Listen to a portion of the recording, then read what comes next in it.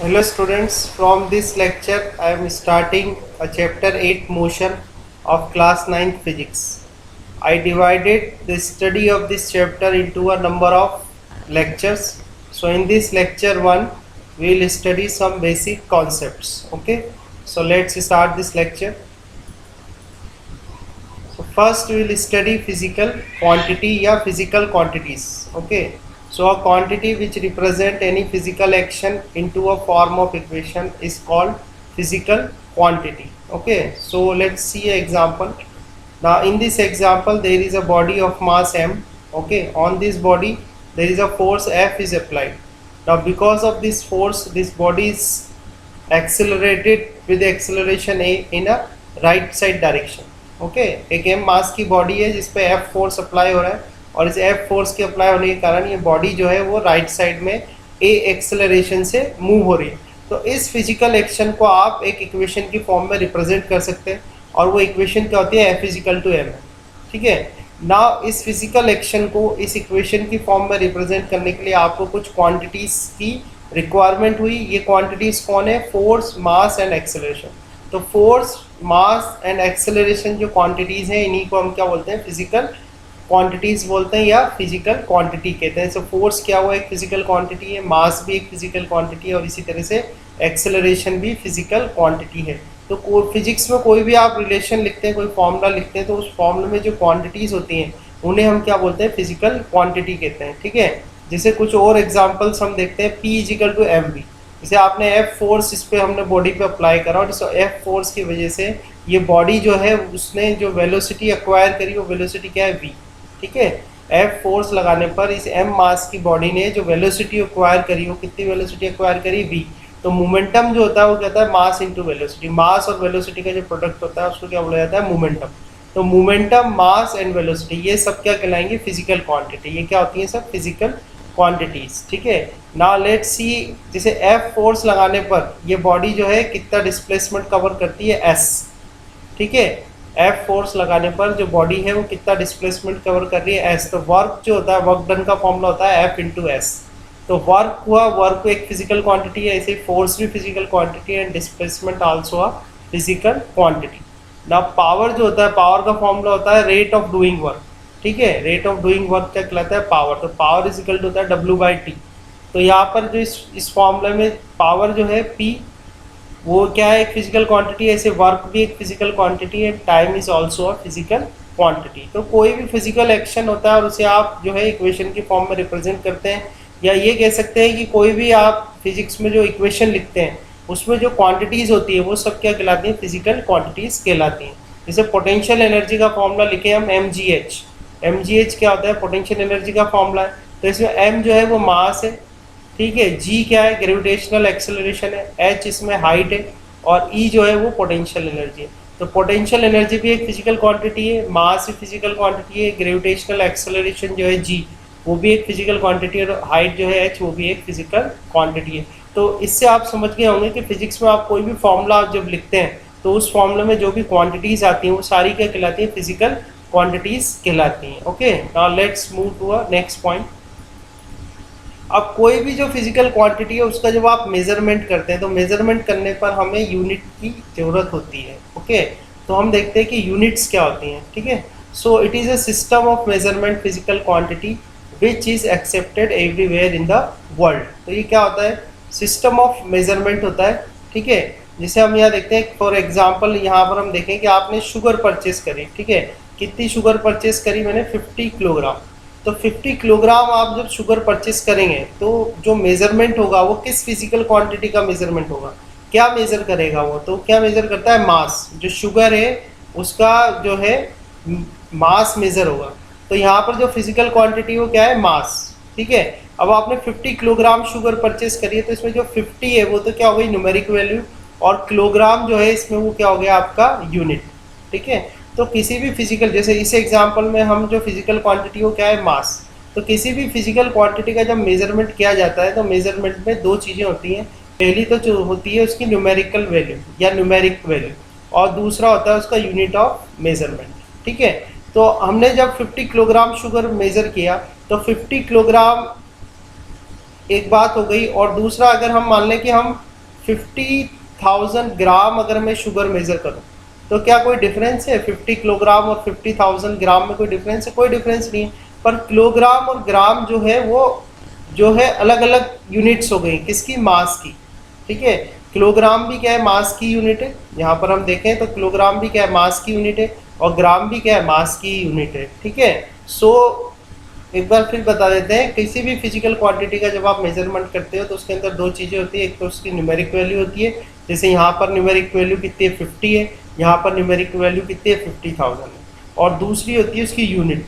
ठीक है, यूनिट जैसे यहाँ पर आपने मास मेजर करा तो यहाँ पर मास की यूनिट क्या है? किलोग्राम है। और यहाँ पर मास की एक और यूनिट क्या है? ग्राम। ठीक है, तो इसका मतलब ये है कि एक ही फिजिकल क्वांटिटी को मेजर करने में जो यूनिट्स होती हैं वो भी डिफरेंट डिफरेंट होती है, यानी सिस्टम ऑफ यूनिट्स जो है वो अलग अलग होता है। Okay, now let's see the system of units, types of system of units. Okay, now you can see here types of system of units.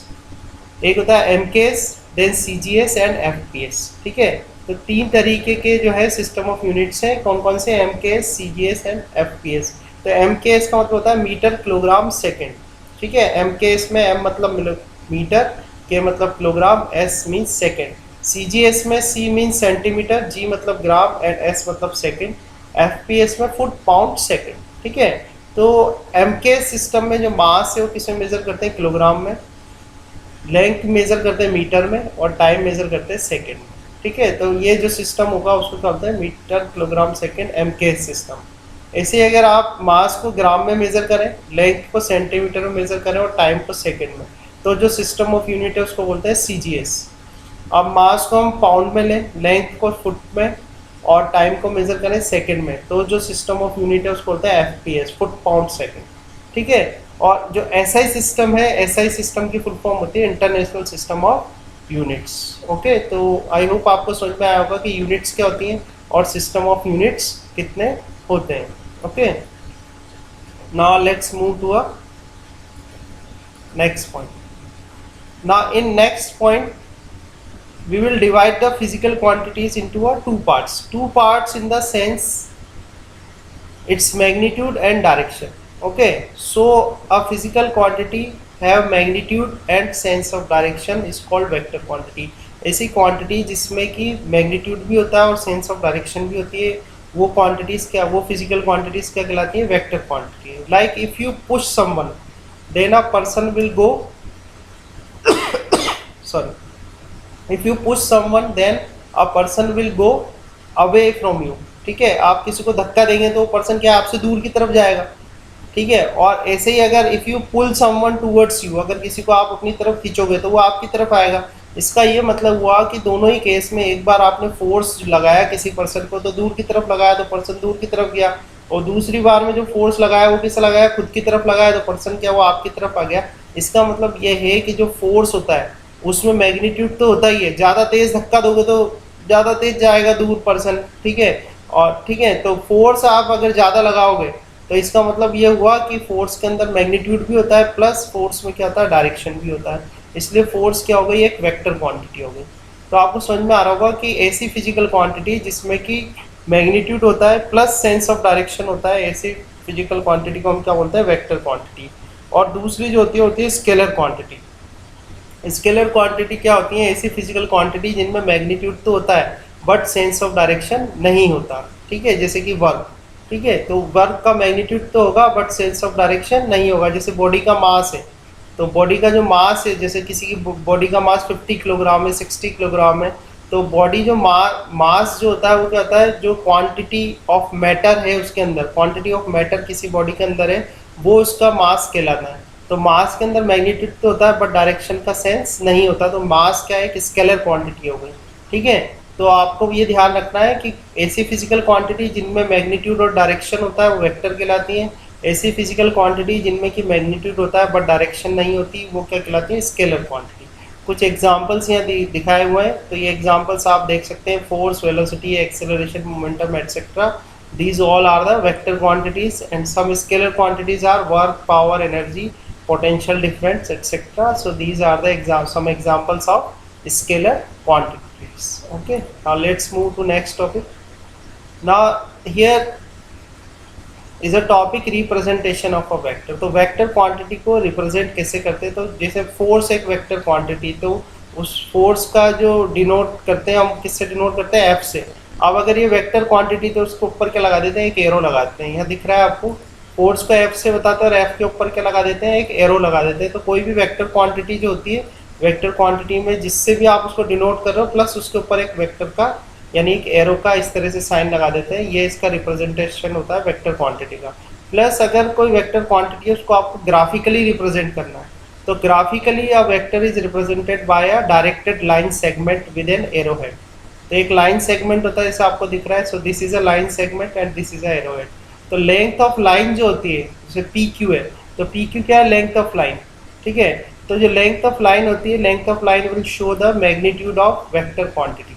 जिससे कि आपसे कहे कि फोर्स अप्लाई हुआ, किसी बॉडी पर फोर्स लग रहा है और फोर्स कितना लग रहा है, 50 न्यूटन का फोर्स अप्लाई हो रहा है and this 50 Newton force will act in a this right side direction.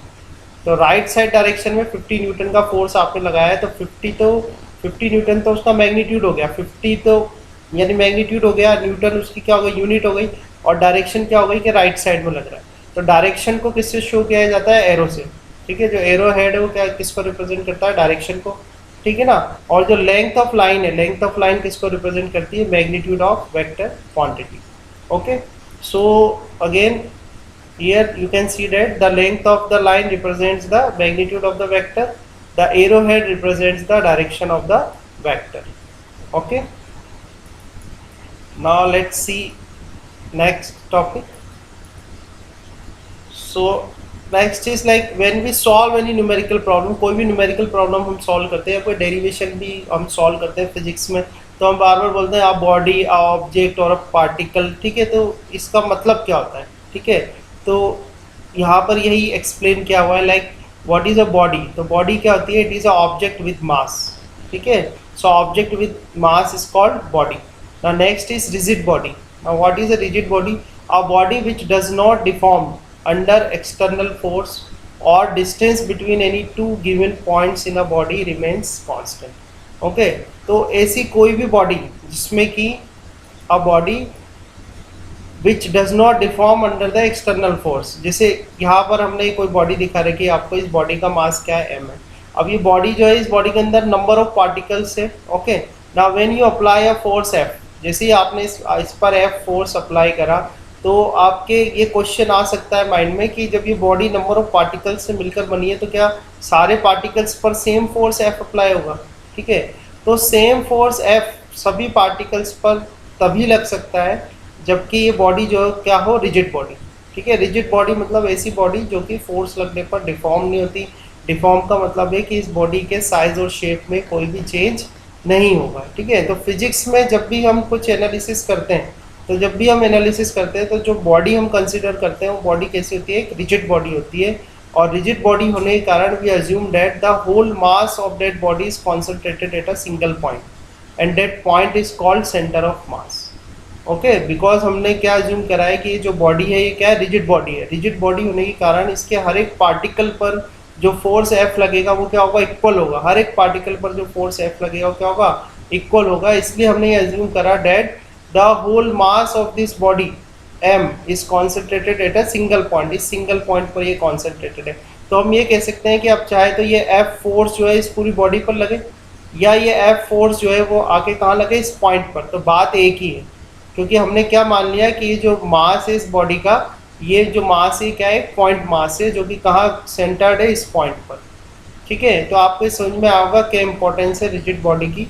जब भी हम कोई एनालिसिस करते हैं, जब भी हम स्टडी करते हैं, तो फिजिक्स में हम ये अज्यूम करते हैं जो बॉडी है वो कैसी है, एक रिजिड बॉडी है। और रिजिड बॉडी होने के कारण हम ये अज्यूम करते हैं कि उसका जो सारा मास है वो क्या है, एक ही पॉइंट पर कॉन्सेंट्रेटेड है, और वो जो पॉइंट है उसको क्या बोला जाता है, सेंटर ऑफ mass. Okay,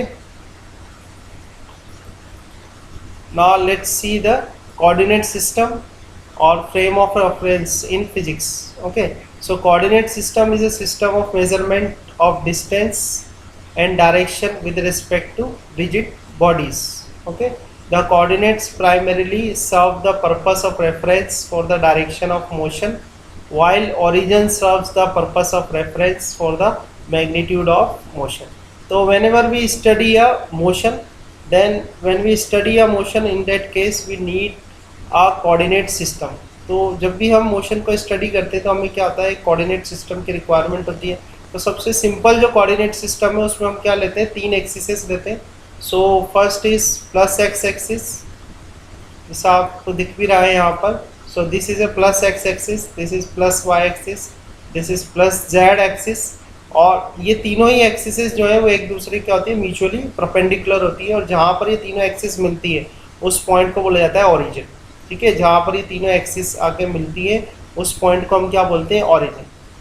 ठीक है, तो जनरली जो ऑब्जर्वर होता है वो ऑब्जर्वर कहाँ होता है, ओरिजिन पर. ठीक है, तो 2 चीज़ें मोशन में होती हैं, एक होता है ऑब्जर्वर और दूसरा होता है object.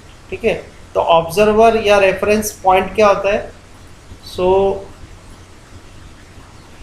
Observer is a person और object who observe the motion of a object. ठीक है, सो किसी भी ऑब्जेक्ट का जो मोशन स्टडी करता है वो क्या कहलाता है, ऑब्जर्वर कहलाता है. तो जैसे यहाँ पर हमने ये ऑब्जर्वर लिया, ये ऑब्जर्वर का है, ओरिजिन पर है.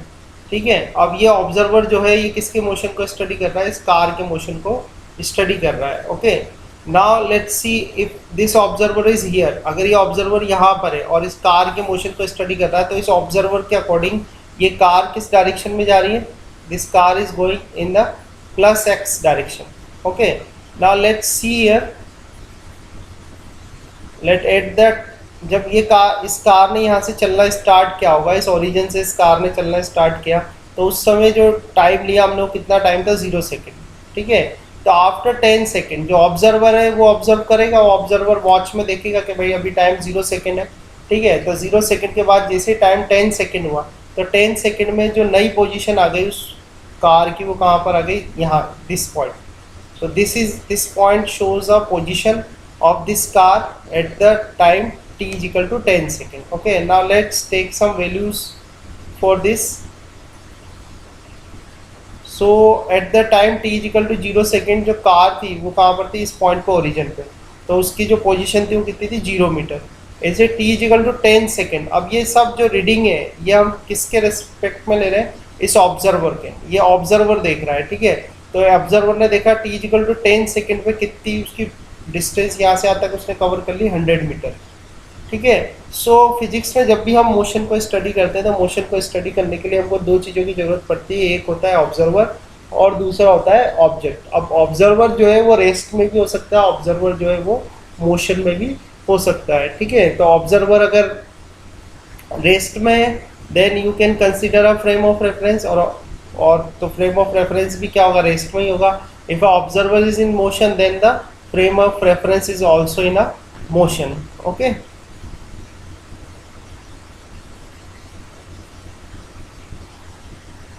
now you can see here we will decide we will define some terms like position.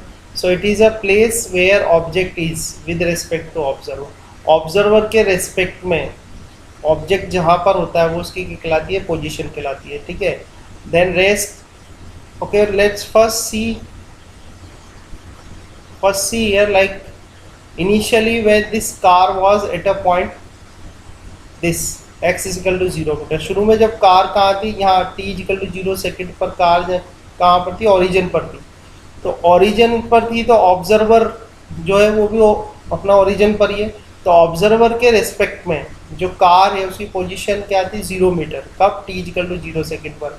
ऐसे ही ऑब्जर्वर के रेस्पेक्ट में कार की position t equal to 10 second पर का है 100 मीटर.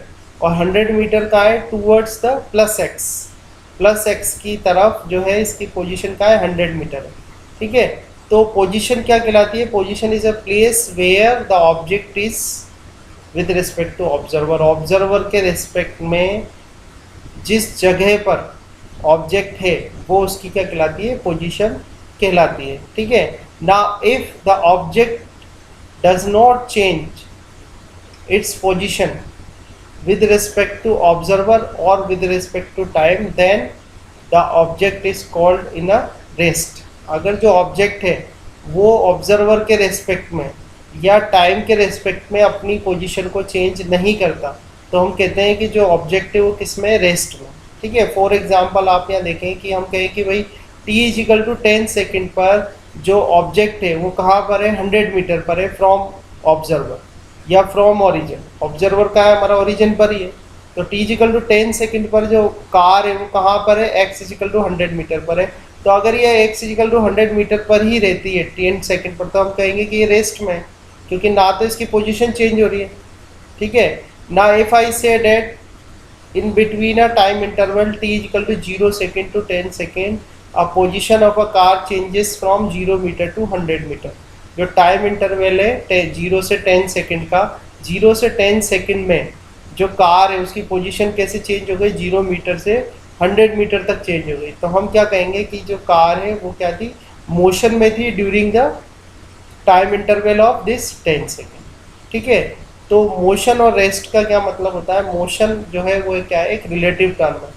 ठीक है, मोशन क्या है, एक रिलेटिव टर्म है। कैसे ना, if this observer is sitting in this car, अगर ऑब्जर्वर जो है वो इस कार में है, कार के अंदर बैठा हुआ है, तो क्या होगा, तो ऑब्जर्वर के अकॉर्डिंग, ऑब्जर्वर के रेस्पेक्ट में जो कार है क्या उसकी पोजीशन चेंज होगी, नहीं होगी। अब उस केस में क्या होगा, जो फ्रेम ऑफ रेफरेंस है वो क्या होगा, रेस्ट में नहीं रहेगा। फ्रेम ऑफ रेफरेंस भी क्या होगा, इस कार ऑब्जर्वर के साथ ही मूव होगा। तो उस केस में जो कार है वो क्या होगी, रेस्ट में ही कहलाएगी, क्योंकि ऑब्जर्वर जो है वो क्या है, उस कार के अंदर ही बैठा हुआ है। ठीक है, तो इस तरह से जो मोशन होता है वो क्या होती है, एक रिलेटिव टर्म होती है। मोशन डिपेंड करता है कि ऑब्जर्वर कहाँ है। जैसे for example, if a person is standing on a platform and another person is sitting in a train. Okay, now if train is moving, then with respect to person who is standing on a platform, that person in a train is in a motion. Okay, तो जो platform पे person खड़ा है उसके respect में जो person train में वो किस में होगा, मोशन में होगा। ठीक है, अब यहाँ पर जो हमारा फ्रेम ऑफ रेफरेंस है जो ऑब्जर्वर के साथ है, ठीक है, ये ऑब्जर्वर है हमारा। ठीक है, तो ऑब्जर्वर के साथ जो फ्रेम ऑफ रेफरेंस है वो किस में, रेस्ट में। ओके, ना if this same person is sitting with a person in a train, train के अंदर जो पर्सन है उसके साथ ही अगर ये पर्सन भी बैठा हो, तब फिर क्या होगा, तब क्या होगा कि that person was in a position of rest, तब वो पर्सन क्या होगा, पोजीशन ऑफ रेस्ट में होगा। ओके।